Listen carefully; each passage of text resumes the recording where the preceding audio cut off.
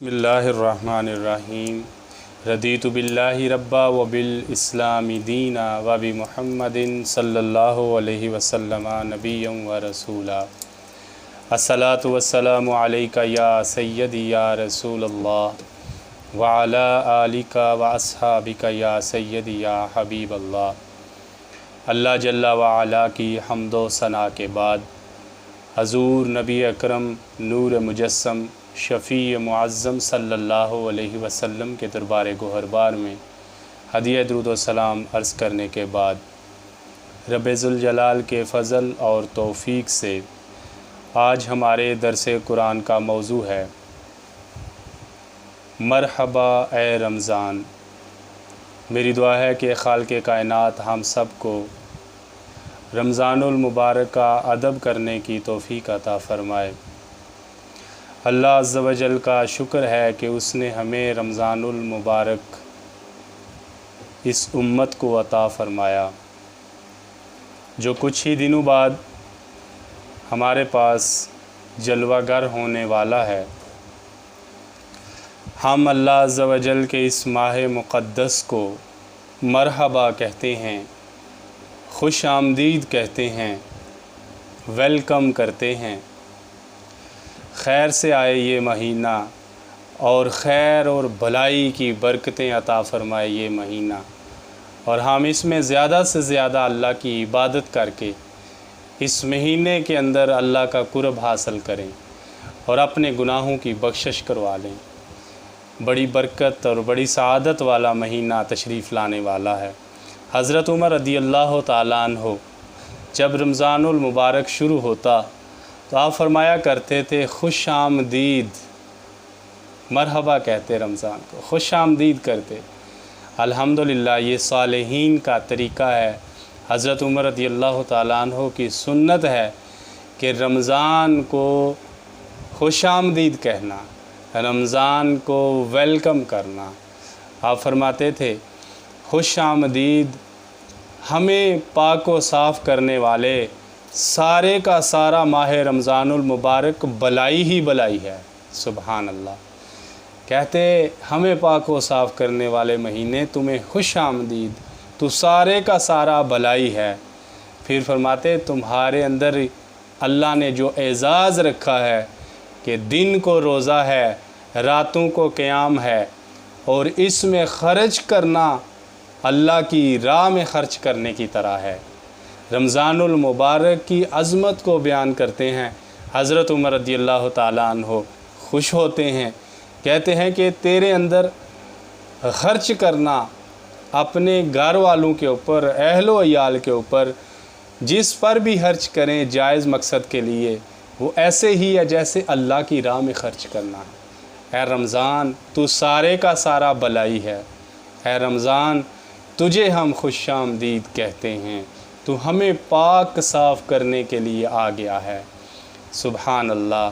یہ حضرت عمر رضی اللہ تعالیٰ عنہ کے اندر کتنا شوق ہے کہ رمضان کو ویلکم کر رہے ہیں۔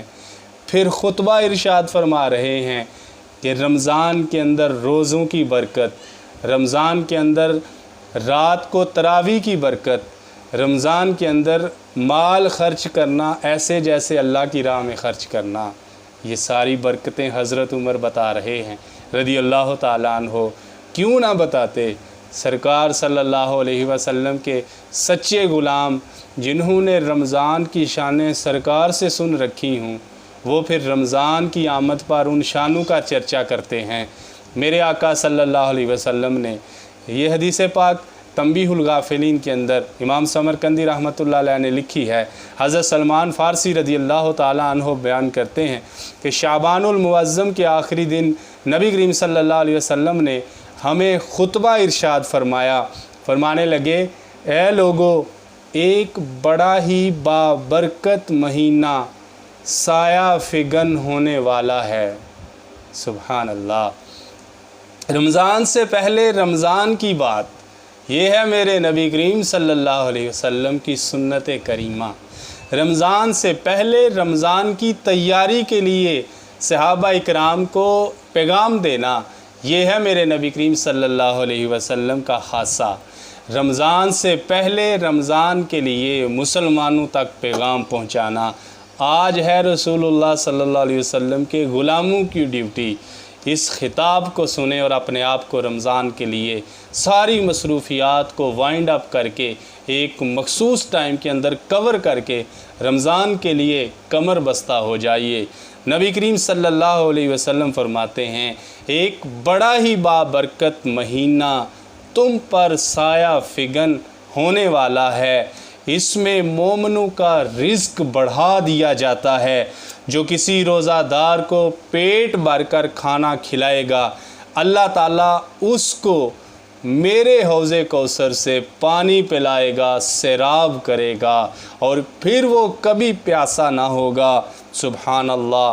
فرمایا اس کا پہلا عشرہ رحمت ہے، اس کا درمیانہ عشرہ مغفرت ہے اور اس کا آخری عشرہ جہنم سے آزادی ہے۔ جو شخص اس ماہ مقدس میں اپنے غلام سے نرمی برتے گا، اس کے کام میں ڈسکاؤنٹ کر دے گا، اس کی ڈیوٹی میں ڈسکاؤنٹ کر دے گا، اس وقت غلام تھے آج ملازم ہیں۔ اللہ کے نبی صلی اللہ علیہ وسلم کے سچے غلاموں کو یہ پیغام غلاموں کے لحاظ سے تربیت کر رہا ہے کہ رمضان میں روزہ رکھ کر ان سے کام میں سختی نہ کرو، ان سے کام میں ڈیوٹی میں دوسرے مہینوں کی طرح کا سلوک نہ کرو، بلکہ اس میں نرمی کرو گے تو تمہیں کیا ملے گا۔ ایک مہینے کے اندر کام بندے کا مندہ ہو جائے پھر بھی تو مزدور سے نرمی ہو جاتی ہے کہ اس کی ڈیوٹی یا کم ہو جاتی ہے یا اس کی مشقت کم ہو جاتی ہے۔ اللہ اکبر۔ جب مشقت کم ہو جاتی ہے، کام کم ہو جاتا ہے تو اس وقت بھی تو یہ جو سیٹھ لوگ ہیں یہ برداشت کرتے ہیں، لیکن میرے آقا صلی اللہ علیہ وسلم کے فرمان کی روشنی میں اگر کوئی بندہ اپنے ملازم سے رمضان کے اندر اس کی ڈیوٹی میں ڈسکاؤنٹ کرتا ہے، تخفیف کرتا ہے، سرکار صلی اللہ علیہ وسلم فرماتے ہیں اللہ تعالیٰ اسے جہنم سے آزاد فرما دے گا۔ سبحان اللہ، سبحان اللہ۔ جو بندہ اپنے ملازم سے اس مہینے کے اندر ڈیوٹی میں تخفیف کرتا ہے تو اللہ اس کو جہنم سے آزاد فرما دیتا ہے۔ سبحان اللہ۔ اس مہینے کی کتنی برکت ہے کہ سرکار اس کی آمد سے پہلے صحابہ کو فرما رہے ہیں اے صحابہ ایک مہینہ آنے والا ہے جس کے اندر اللہ نے اتنی برکت رکھی ہے کہ اس کے اندر دن کے اندر پہلے عشرے کے اندر اللہ نے رحمت ہی رحمت رکھی ہے، اس کے دوسرے عشرے کے اندر بخشش ہی بخشش رکھی ہے، مغفرت ہی مغفرت رکھی ہے۔ اپنی تھوڑی سی کوشش کر لو، اللہ کی بخشش پہلے ہی اس میں بہت وافر مقدار میں بندوں کی بخشش کے پروانے جاری کر رہی ہے، تو اپنی بخشش کے لیے تم بھی سجدہ کر لو، اپنی معافی کے لیے تم بھی اپنی آنکھوں کو بہا لو، اپنے رب کو پچھلے گناہوں سے جو کر چکے ہو ان کی معافی لے کر اپنے رب کو راضی کر لو، اپنے رب کو منا لو۔ یہ مہینہ بگڑی بنانے والا ہے، یہ مہینہ جنت لے جانے والا ہے، یہ مہینہ جہنم سے آزادی والا ہے۔ اللہ اکبر۔ اللہ کے نبی صلی اللہ علیہ وسلم نے ارشاد فرمایا، اس حدیث پاک کو حضرت عبداللہ ابن مسعود رضی اللہ تعالیٰ عنہ اپنے نبی صلی اللہ علیہ وسلم سے روایت کرتے ہیں کہ سرکار نے جب رمضان بالکل قریب آ چکا تھا تو نبی علیہ السلام نے ارشاد فرمایا اگر لوگوں کو علم ہو جائے کہ رمضان المبارک میں کس قدر برکتیں ہیں تو میری امت اس کی تمنا کرے گی کہ سارا سال ہی رمضان ہو۔ اللہ اکبر۔ یہ حدیث پاک بھی امام سمرقندی نے نقل کی ہے۔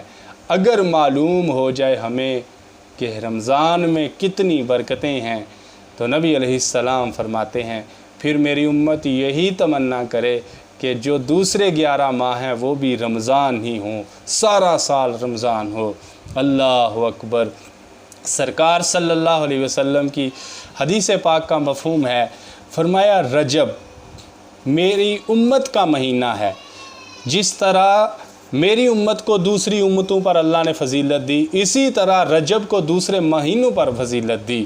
فرمایا شعبان میرا مہینہ ہے، نبی کریم صلی اللہ علیہ وسلم کا مہینہ، فرمایا جس طرح اللہ نے مجھے دوسرے انبیاء پر فضیلت دی، اس طرح اللہ نے شعبان کو دوسرے مہینوں پر فضیلت دی۔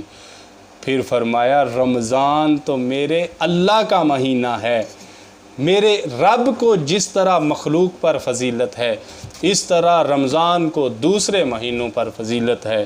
سبحان اللہ، اے رمضان تیری کتنی شان!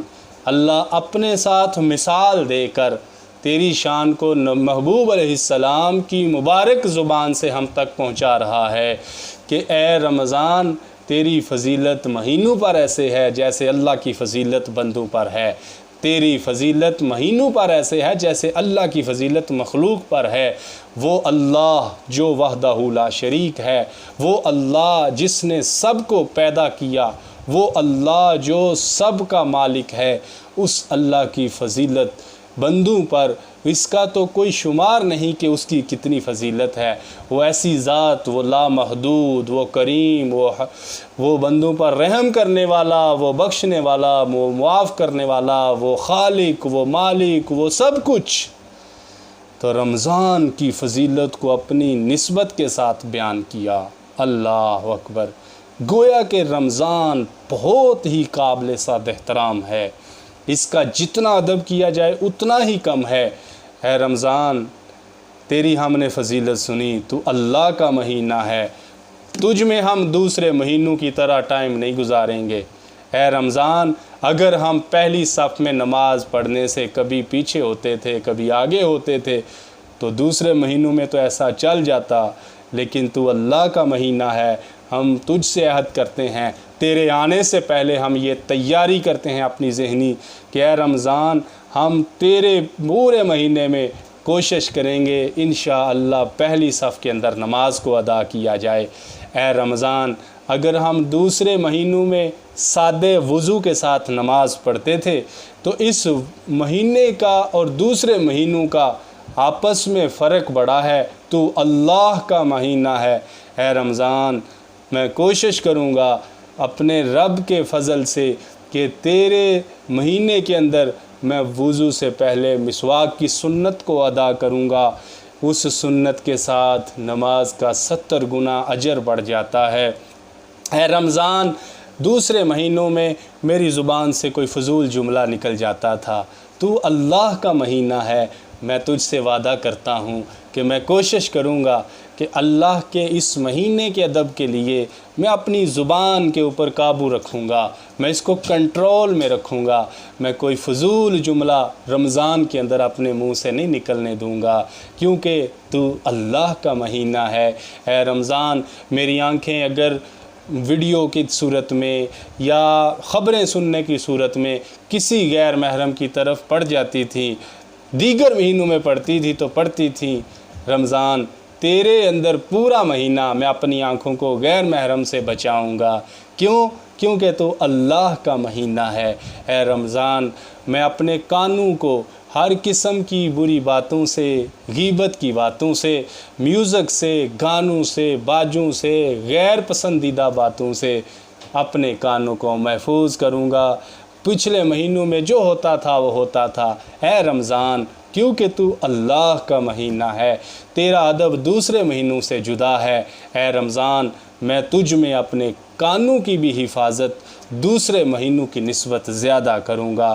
اے رمضان میں تجھ میں زیادہ قرآن پاک کی تلاوت کروں گا۔ اگر پہلے عام روٹین میں ایک رکوع کی تلاوت تھی تو اے رمضان کیونکہ تو اللہ کا مہینہ ہے، میں اس میں بہت کثرت سے قرآن پاک کی تلاوت کروں گا۔ جب یہ عزم لے کر، جب یہ پکا ارادہ لے کر ہم رمضان المبارک سے پہلے اپنی ذہنی تیاری کر لیں گے، اللہ کے فضل سے بڑی امید ہے کہ جس دن عید کا چاند نظر آ رہا ہوگا تو دل میں ایک خوشی ہوگی کہ ہم نے رمضان کو ادب کے ساتھ، احترام کے ساتھ رخصت کیا ہے، اور اس کے چھوٹنے کا جو غم ہے اس کے بھی آنسو ہوں گے، اور اس کے اندر جو لذتیں، جو کیفیات، جو اللہ کا قرب حاصل کرنے کی منزلیں ہیں، ان کے خوشی کے اثرات بھی دل میں لذت محسوس کرتے ہوئے ہمیں وہ گھڑیاں گزارتے ہوئے یہ منظر دکھائیں گے کہ ہم رمضان کو اس حال میں اپنے سے جدا کر رہے ہوں گے۔ اگر ہم نے غفلت کے ساتھ دیگر ایام کی طرح اس کو گزار دیا تو پھر یہ رمضان تو چلا جائے گا، لیکن اس کی برکتیں جو ہمارا مقدر بننی تھی ہماری تھوڑی سی محنت سے، اس میں ہم اپنا بہت نقصان کر بیٹھیں گے۔ ایک صحابی نبی کریم صلی اللہ علیہ وسلم کی خدمت میں حاضر ہوئے، قبیلہ بنو خزاع کے وہ صحابی تھے۔ آ کر عرض کرتے ہیں یا رسول اللہ صلی اللہ علیہ وسلم، رمضان کیا ہے؟ رمضان المبارک کیا ہے؟ تو نبی کریم صلی اللہ علیہ وسلم نے ارشاد فرمایا، رمضان المبارک کے لیے پورا سال جنت کو سجایا جاتا ہے۔ جب رمضان المبارک کی پہلی رات آتی ہے تو اس وقت عرش کے نیچے سے ایک ہوا چلتی ہے جس سے جنتی درختوں کے پتے پھڑ پھڑاتے ہیں۔ ہوا چلتی ہے، جنت کے درختوں کے پتے پھڑ پھڑاتے ہیں، اور ان کی جو خوبصورت آواز ہوتی ہے وہ بڑی دل کو باتی ہے۔ وہ ہوا چلتے ہی جنت کی حوریں اس کی طرف دیکھ کر، اس منظر کی طرف کہ جنت میں ہوائیں چل رہی ہیں اور عرش کے نیچے جو ہوائیں چل رہی ہیں، پودوں کی آپس میں پتوں کی جو پھڑپھڑاہٹ ہے، اس آواز کو محسوس کرتے ہوئے، دیکھتے ہوئے حوریں اپنے رب تعالیٰ سے دعا کرتی ہیں۔ کیا دعا کرتی ہیں؟ کہتی ہیں یا رب، اس ماہ مبارک میں یعنی رمضان المبارک میں اپنے بندوں میں سے ہمارے لیے شوہر مقرر فرما، جن سے ہماری آنکھوں کو تسکین پہنچے اور ان کو ہم سے تسکین پہنچے۔ اللہ اکبر!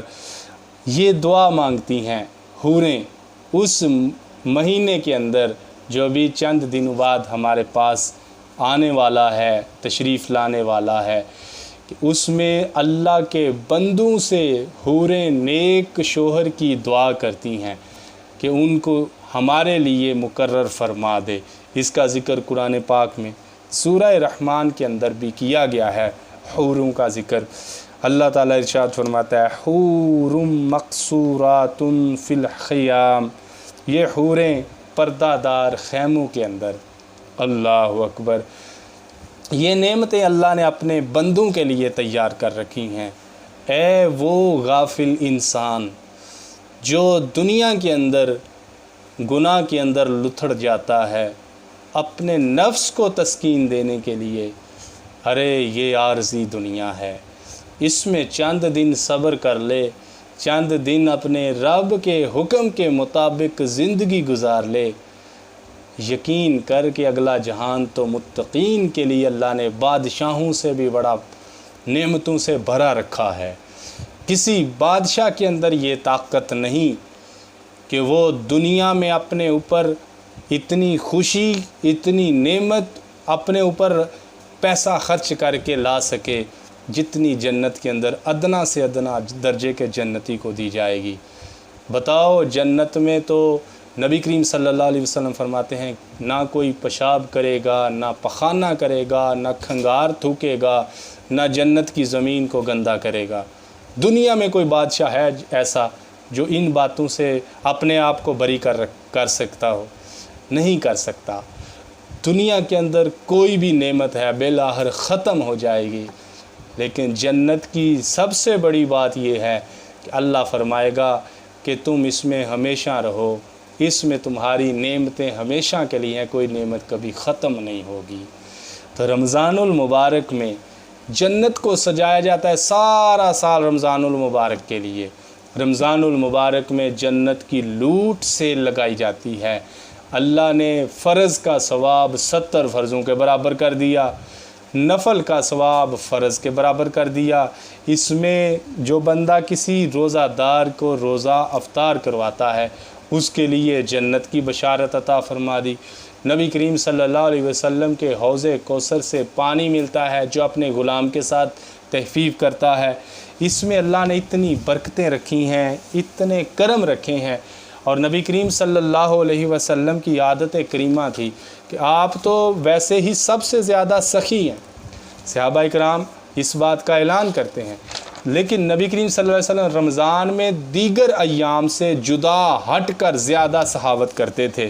بخاری شریف کے اندر یہ حدیث پاک موجود ہے جس کو حضرت عبداللہ ابن عباس رضی اللہ تعالیٰ عنہ روایت کرتے ہیں کہ نبی کریم صلی اللہ علیہ وسلم لوگوں میں سب سے بڑھ کر سخی تھے، یعنی سخی، ہر ٹائم نبی صلی اللہ علیہ وسلم کا ہاتھ مبارک کھلا ہے، لوگوں کی خدمت، لوگوں کا جو خیال ہے وہ رکھ رہے ہیں سرکار صلی اللہ علیہ وسلم۔ تو نبی کریم صلی اللہ علیہ وسلم سب سے بڑھ کر سخی تھے، اور رمضان المبارک میں خصوصاً بہت زیادہ سخاوت فرماتے تھے۔ حضرت جبرائیل علیہ السلام رمضان المبارک کی ہر رات، ان جملوں پہ ذرا غور کریں، اللہ کے نبی صلی اللہ علیہ وسلم کی خدمت میں جلیل القدر سارے فرشتوں کے سردار حضرت جبرائیل علیہ السلام، اللہ نے ڈیوٹی لگا دی، رمضان شروع ہوا، ہر رات نبی کریم صلی اللہ علیہ وسلم کے ساتھ ملاقات کے لیے حاضر ہوتے، اور نبی علیہ السلام کے ساتھ قرآن کا دور فرماتے۔ سبحان اللہ! اے نماز میں، تراویحوں میں قرآن سننے والو، سنانے والو، اے رمضان میں پورا قرآن ختم کرنے والو، ہمارے نبی صلی اللہ علیہ وسلم کے پاس جبریل علیہ السلام رمضان میں قرآن مجید کا دور کرنے کے لیے حاضر ہوتے، اور حضرت جبرائیل علیہ السلام آپ کی خدمت میں جب آتے تو آپ صلی اللہ علیہ وسلم تیز چلنے والی ہوا سے بھی زیادہ خیر کے معاملہ میں سخاوت فرماتے۔ بخاری شریف کے اندر یہ حدیث پاک موجود ہے۔ سبحان اللہ! پھر نبی کریم صلی اللہ علیہ وسلم نے رمضان المبارک کی اتنی زیادہ فضیلت بتائی ہے کہ اگر ہم ان ساری احادیث کو ذکر کریں تو بہت زیادہ ٹائم درکار ہے۔ چونکہ ہمارا درس کا ٹائم مخصوص ہوتا ہے تو ہم اس میں کچھ احادیث پیش کرتے ہیں، کچھ قرآن کی آیت پیش کرتے ہیں، کچھ آیات پیش کرتے ہیں، اس لحاظ سے ہمارا وقت پورا ہو چکا ہے۔